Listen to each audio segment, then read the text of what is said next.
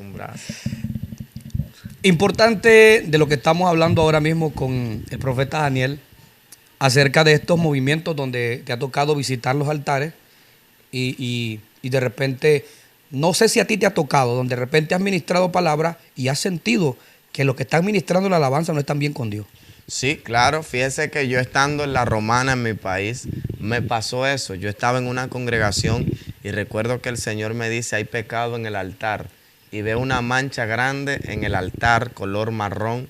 Aquí vamos a un punto.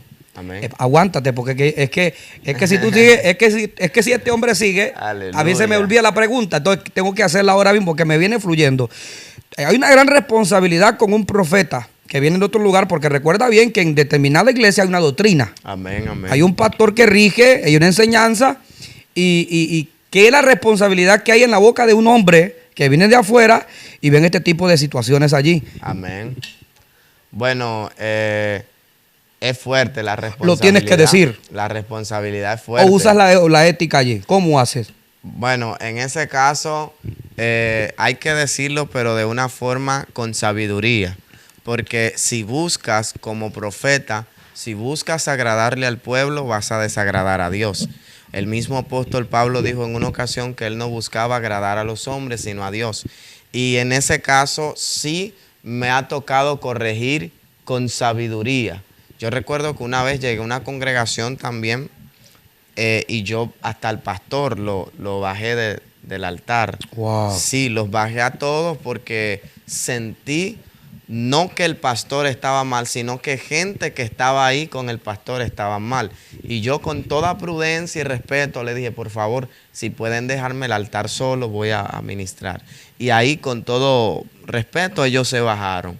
Porque siempre... Incluyendo al pastor. Exactamente, el pastor Wow. es...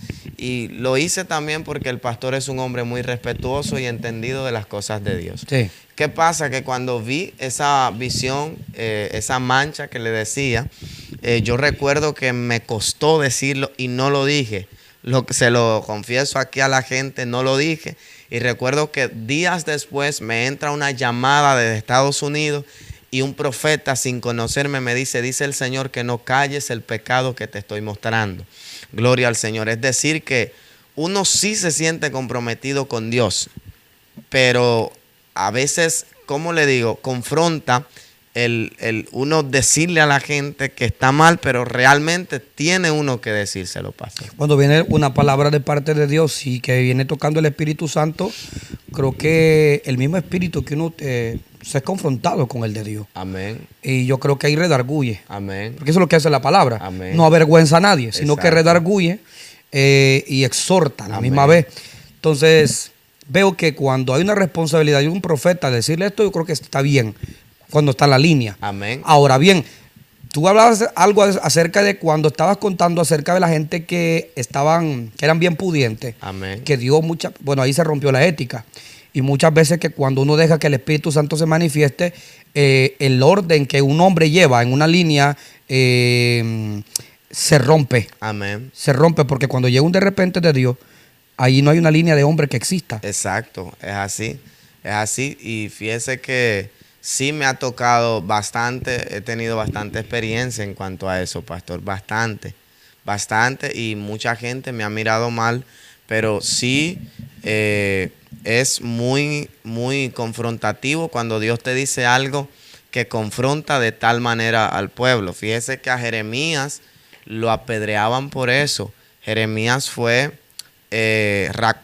raptado en la plaza, en una de las plazas del pueblo que él estaba profetizando, Jeremías capítulo 20, y dice la palabra del Señor que allí él estaba y él decía, voy a abandonar el ministerio porque yo profetizo y la gente me quiere matar. Y sí he pasado por eso, pastor. Al ir al monte, no es que Dios te cumple un capricho, porque mucha gente me dice, no, yo quiero ir al monte para que Dios me revele con qué mujer me voy a casar, con qué hombre me voy a casar. Aleluya. Pero no es así. No. Entonces, ¿a qué se refiere al ir al monte en ese aspecto? ¿Vas por unas peticiones como esas o es que tienes que ir por otra petición que no sea lo que uno quiere? Bueno, Sí. mire, pastor, al monte se va realmente no por un beneficio de Dios, sino por hablar con el Dios que da el beneficio.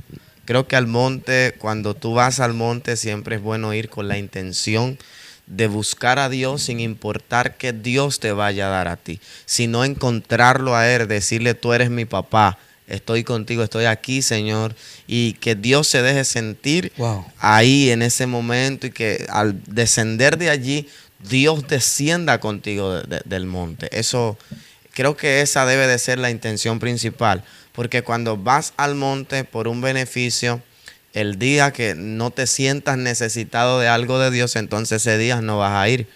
No sé si me doy a entender. Habrá de repente, se ha visto situaciones donde hay gente que ayunan y cuando bajan de los ayunos y cuando terminan los ayunos se creen más espirituales que el pastor de la iglesia. Sí, he visto esos casos. De hecho, en mi congregación han visto personas así que al final se descarrían porque son espíritus que se filtran de rebeldía y toman a esas personas para avergonzar al pastor, y al final ellos mismos terminan en vergüenza. Y creo que sí he visto bastante eso, y creo que por más unción que tengas, por más niveles en Dios que hayas tenido o experiencia, siempre es bueno mantenerse pequeño. La Biblia dice que al que es pequeño aquí es grande en los cielos, y al que es grande aquí entonces es pequeño allá. Entonces he visto eso, pastor. Muchas veces lo he visto. Se da estos casos porque, sí, claro, porque quizás cuando hay alguien que busca el monte o la oración allá, vienen con una palabra revelada, y es cierto, Dios puede revelarte la palabra, pero yo siempre he dicho que Dios no se va a pasar de la autoridad que Dios ha puesto. Amén, es así. Dios es un Dios de orden. Claro, Dios es un Dios de orden. Dios tiene primero que revelarle al pastor o convencerlo a través del Espíritu Santo de que Dios te habló a ti. Entonces sí creo en el orden de Dios bastante. Excelente, excelente. Bueno, ya vamos a ir avanzando con este podcast con mi amado. Honduras, ¿en qué momento tú visitas Honduras? ¿Este es el segundo país, tercer país? ¿En qué momento tú visitas Honduras? Bueno, hace un año ya yo vine acá por primera vez y me gustó bastante el trato de la gente. Tuve bastantes experiencias con Dios y créame que, ¿cómo le digo?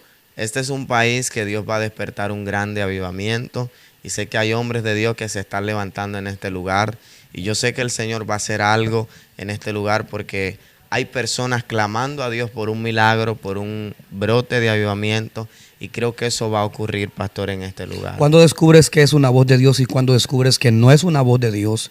Tú hablabas de un poder que hay en la mente. Amén. Háblame de eso. Bueno, hay 3 niveles que son lo que es la voz de Dios. Está tu voz y está la voz de la conciencia. La voz de la conciencia es la intuición del espíritu. Son como los 5 sentidos que tiene tu espíritu. Por eso la Biblia dice que ¿quién ha dado inteligencia al espíritu del hombre? O sea, tu espíritu es inteligente. Tu espíritu tiene 5 sentidos, son como 5 órganos. Entonces estos 5 sentidos te dicen qué hacer. Son como los sentidos comunes. Entonces esa es la voz de la conciencia. ¿Qué sucede? Que está la voz de tu interior, donde usted mismo se habla, y está la voz de Dios a través del Espíritu Santo. ¿Cómo yo diferencio cuándo es la voz de Dios? ¿Cómo lo diferencio? Cuando pasas mucho tiempo en intimidad con Dios, puedes discernir fácilmente cuando es la voz de Dios. Cuando pasas mucho tiempo, la voz de Dios te da paz. La voz de Dios te da tranquilidad. La voz de Dios no habla lo que tú quieres escuchar. La voz de Dios no se minimiza. La voz de Dios no es tan sentimental. Cuando Dios habló en la Biblia, Dios siempre habló como que Él es el grande, como que Él es el poderoso, como que Él va a ser. Y cuando Dios habló en la Biblia, otra cosa que debemos de notar es que Dios habló con seguridad de que Él estaba hablando. Así que para discernir cuándo es Dios quien nos habla, a mí me costó bastante esto. Tremendo, porque hay que saberlo escuchar. Sí, yo tuve muchas confusiones al principio de que si era Dios, y me costó entrar en propósitos de ayuno y oración lejos, a solas con Dios, y allí podía yo empezar a discernir cuándo era la voz de Dios. Amén. Una persona, voy a omitir el nombre por ética, se acerca a mí y me dice que puede ser una mentira que Dios no está hablando en este tiempo. Como Dios no habla a nadie ahora mismo. Ya Dios solamente habló a los hombres que Él seleccionó en tiempos de la Biblia. Y ahora Dios no viene a hablarle a nadie aquí. Bueno, yo en verdad, cuando usted lee la Biblia, Joel dice que en los postreros días derramaré de mi espíritu sobre toda carne. Me gusta bastante esta escritura porque mucha gente dice que los profetas fueron hasta Juan. Y yo entiendo que cuando Juan dice los postreros días, no está hablando hasta el tiempo de Jesús, porque Joel fue antes de Jesús en la tierra.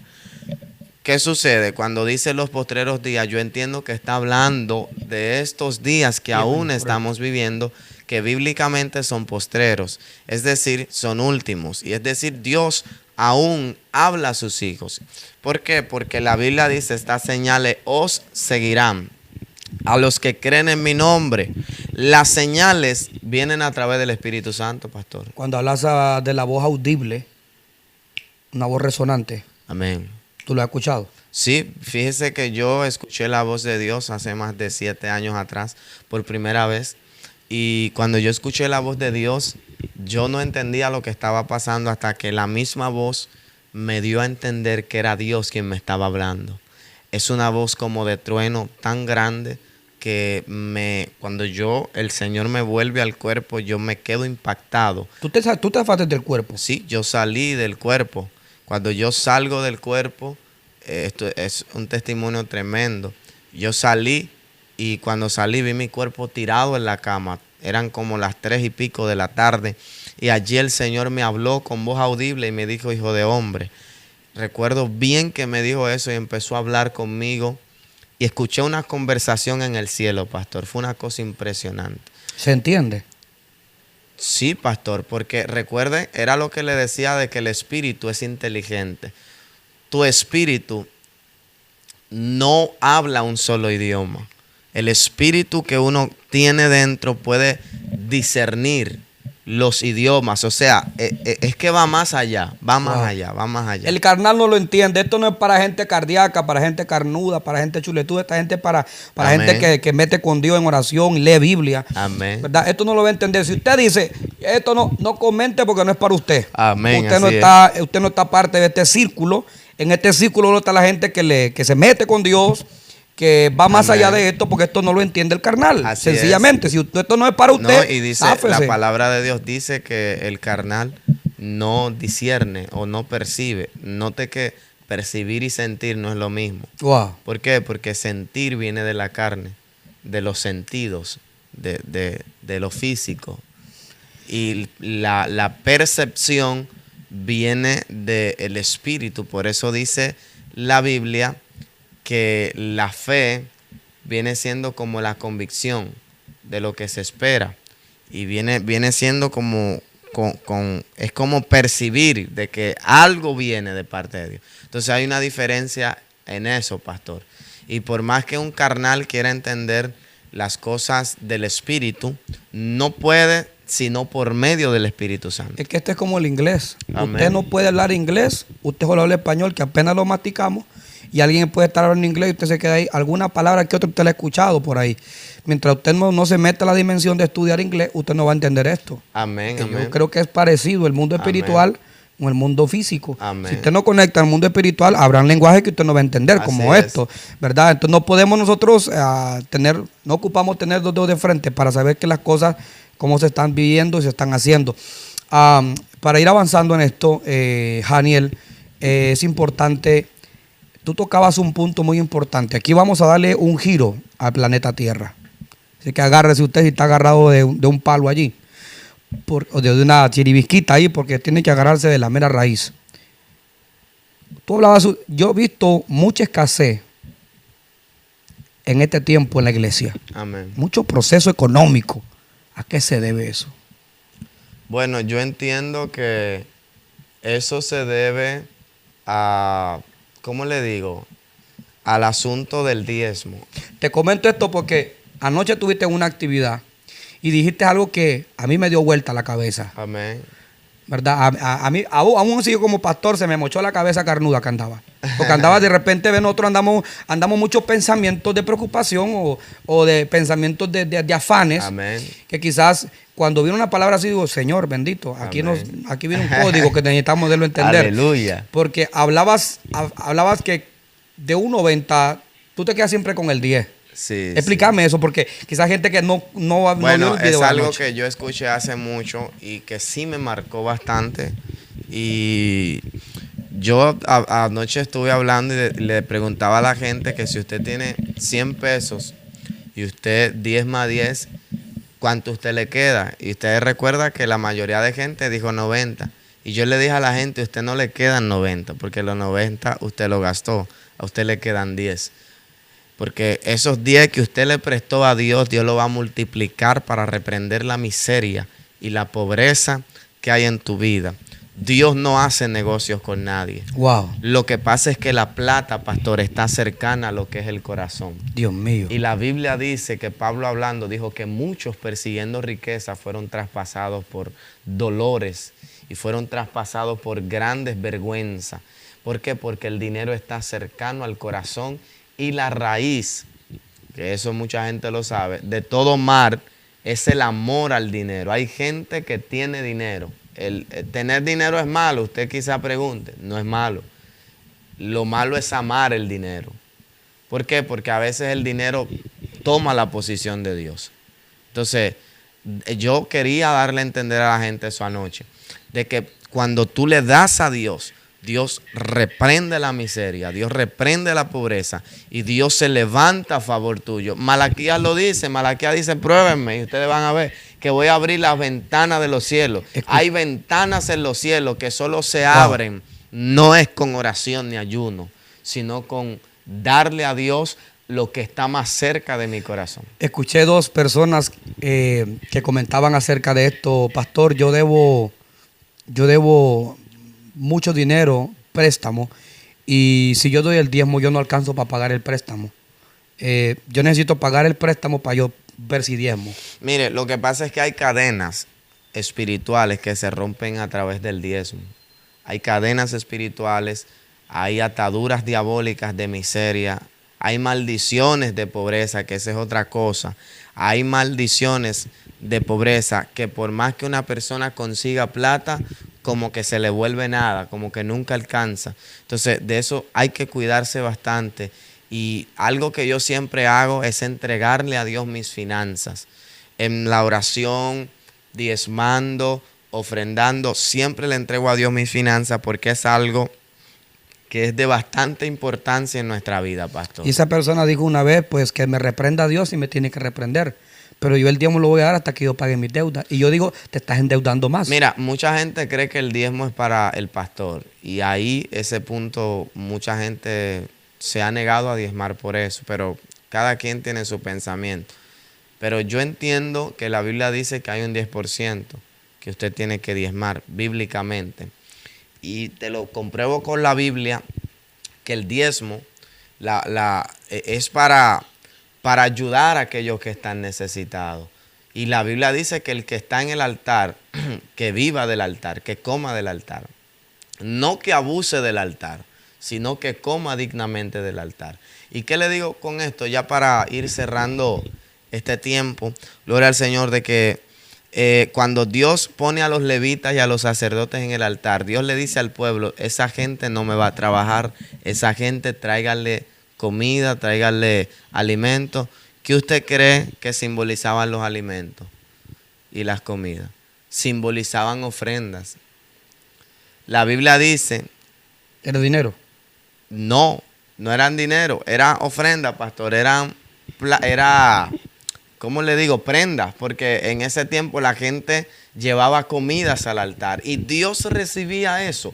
¿Entiendes? Dios recibía. ¿Qué le quiero decir con esto? Que el que está en el altar tiene que comer del altar.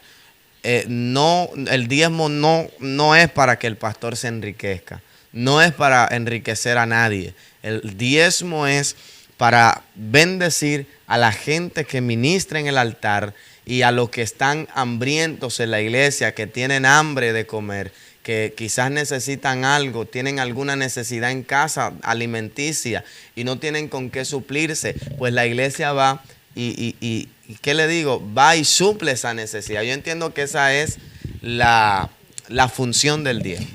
Para terminar con este tema, porque era importante que también, porque yo sé que te has tocado o quizás te vas a tocar con puntos donde las iglesias que te van a llamar para que tú prediques acerca de eso. Amén.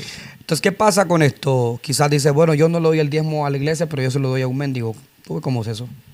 Bueno, eso es un punto delicadísimo ahí, porque la Biblia dice que el que da al pobre a Jehová presta, dice la Biblia. Las dos cosas están bien, diezmar y también darle a los que necesitan.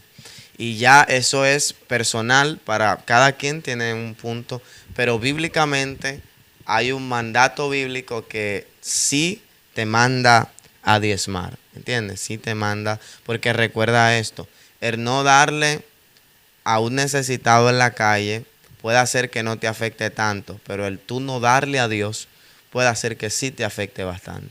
Tremendo, tremendo. A usted que está allí en casita, ahí hemos tocado puntos muy importantes, como espirituales, también financieros. Ha sido un tiempo glorioso, un tiempo pastor. bueno. Yo creo que quizás algunas preguntas que quizás no logré concretar en mi mente, pero hice lo necesario para que usted escuchara de boca de este hombre cuando Dios lo ha levantado y cuánta oposición también ha tenido. Amén. Para poder ver desarrollado el ministerio. Y bueno, pues va a haber algún otro podcast en algún momento que Amén, vamos a amén. realizar. Es un poco más profundo, ¿verdad? Con temas más, no controversiales, pero quizás con temas que son como tabú, que la gente, que el pueblo, que como padres no quieren que sus hijos los aprendan, sus hijos espirituales. Quiero terminar con esto, porque es importante. ¿Por qué tiene que ver la paternidad en una iglesia? Bueno, la paternidad, pastor. Tú eres hijo ahora mismo, Amén. tienes tu padre espiritual, Amén. Dios por sobre todas las cosas, pero tú tienes una cobertura de Dios y también de un Amén. padre espiritual. Amén. Bueno, mire, la cobertura, la paternidad es tan importante de que, ¿cómo le digo? Hay dos tipos de paternidad. Está la paternidad de Dios y está la paternidad del pastor de la congregación. ¿Qué le digo con esto?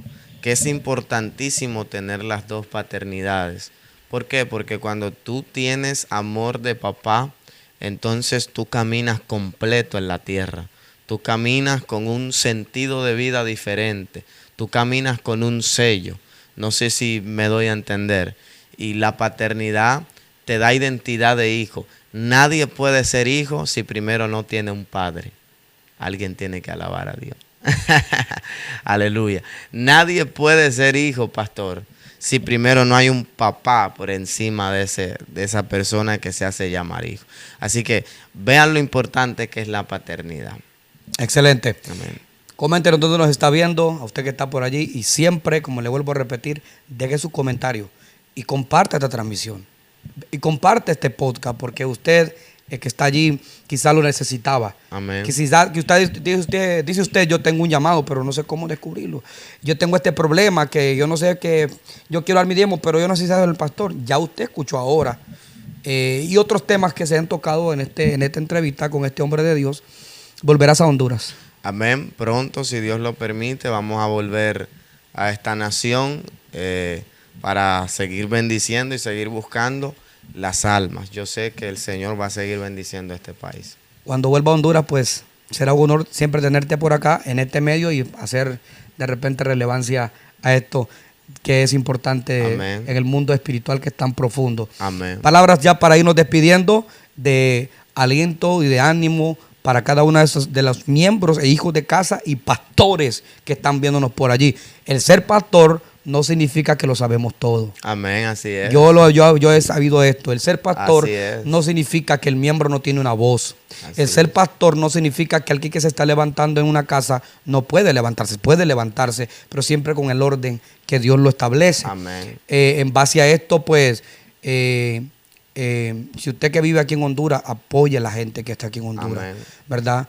Aunque bien sabemos que nadie es profeta en su propia tierra, pero debemos de apoyarnos. Y esa es la clave de ustedes, que tienen Amén. Gente unida, Amén. Que tienen gente que apoya en esa área Ahora bien, terminando con esto, tú eres un profeta de Dios. Amén. Cuéntame esa palabra profética. ¿Pagaste el precio para eso? Amén, sí. El Señor me ungió como un profeta y recuerdo que cuando Dios me ungió, allí el Señor comenzó a usarme de una forma sobrenatural y hay un precio que hay que pagar, hay un precio que hay que pagar y yo sé que cuando Dios te unge, Dios camina contigo, pero eso no quiere decir que no vengan pruebas y que no vengan procesos. Y yo creo que Dios a cada quien que llama lo procesa, pero camina con esa persona, ¿no? Una vez una persona me comentó antes de que le suelte la palabra a los miembros de iglesias y pastores también que debemos de levantarnos. ¿A ti te vienen malos pensamientos? Claro, pastor, sí me vienen muchos malos pensamientos a veces, pero más cuando estoy en un nivel de proceso. Pero créame que cuando el Espíritu de Dios viene sobre mi vida y, como le digo, se deja sentir porque Él siempre está conmigo. Cuando Él se deja sentir, esos pensamientos se van. Amén. ¿Tienes un equilibrio para manejar eso? Amén, sí, claro, claro. ¿Qué le digo? La palabra de Dios. La palabra de Dios es aquella que te hace olvidar, que te hace drenar, que te hace quitar esos malos pensamientos. Gloria a Dios. Los jóvenes somos muy tentados. Amén, amén. Muy Así destacados. es. Así es. Y aquí viene lo más fuerte. Esta pregunta que te voy a hacer. Amén. Viene con 66 balazos, así que soporta allí donde estás. Amén. Tentaciones. El ser humano vive bastante de emociones. Amén. ¿Cómo controlas eso? Bueno, ahí siempre he luchado. Porque, y te digo esto porque muchos, a veces estamos dentro de las congregaciones y viene un grupo bien movido en la alabanza o viceversa, estamos en ese movimiento, pero quizás solamente fue chorro de emociones. Así es. ¿Cómo controlar esa emoción y que sea una pasión más allá de una emoción? Bueno, que sea más allá de una emoción, que sea una pasión y, o sea, que sea Dios hablando. Sí. Es importante siempre dividir tus sentimientos de la presencia de Dios. Cuéntame, ¿cómo lo has hecho? Bueno, dividir los sentimientos de la presencia de Dios es difícil porque a veces uno se siente eufórico, almático, donde de repente fluyen emociones que uno no entiende en el momento y a veces uno dice, Dios me habló y Dios habló con... Pero lo real es que es importantísimo esto. Lo que yo hago siempre es tratar de mantenerme siempre bajo perfil, siempre bajo perfil. Y yo tengo tratos personales con Dios que no lo puedo contar aquí porque ya son cosas muy, muy personales de señas que Dios me hace más o menos cuando Él se mueve y cosas que Él hace. Entonces, a través de ese tipo de cosas he aprendido a manejarme cuando Dios me habla, cuando son las emociones y ese tipo de cosas, pastor. Importante. Hay un momento en que la vida de un profeta, de un pastor, cuando está en el mundo espiritual, Dios ya te reveló y tú puedes hacer lo que quieras en el mundo espiritual porque tú ya dominas esa área. Amén, así es, así es. Tremendo, ¿verdad? Así es. Tremendo. Amén.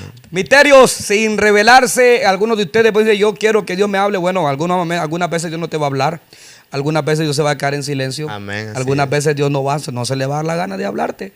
Algunas veces Dios te va a quedar así. Bueno, espera. Amén. Es que no es cuando tú quieres, es cuando yo quiero. Así es. Entonces, palabras finales para esos pastores y esos hijos de casa que de repente están allí, que quieren descubrir su llamado y pastores que quieren ver devuelto un avivamiento en su iglesia. Bueno, lo que yo sí les digo es que busquen al Espíritu Santo, se consagren a Dios y que el Señor siempre camine con ustedes. Dios le bendiga y Dios le guarde a cada uno de ustedes. Suscríbanse a nuestro canal de YouTube, compartan este podcast. Yo sé que va a ser de bendición a cada persona que lo está viendo, que lo va a ver y esperen más contenidos acerca del llamado de Dios y acerca de las cosas que Dios nos ha entregado. Dios te bendiga y que la paz de Dios te guarde. Shalom.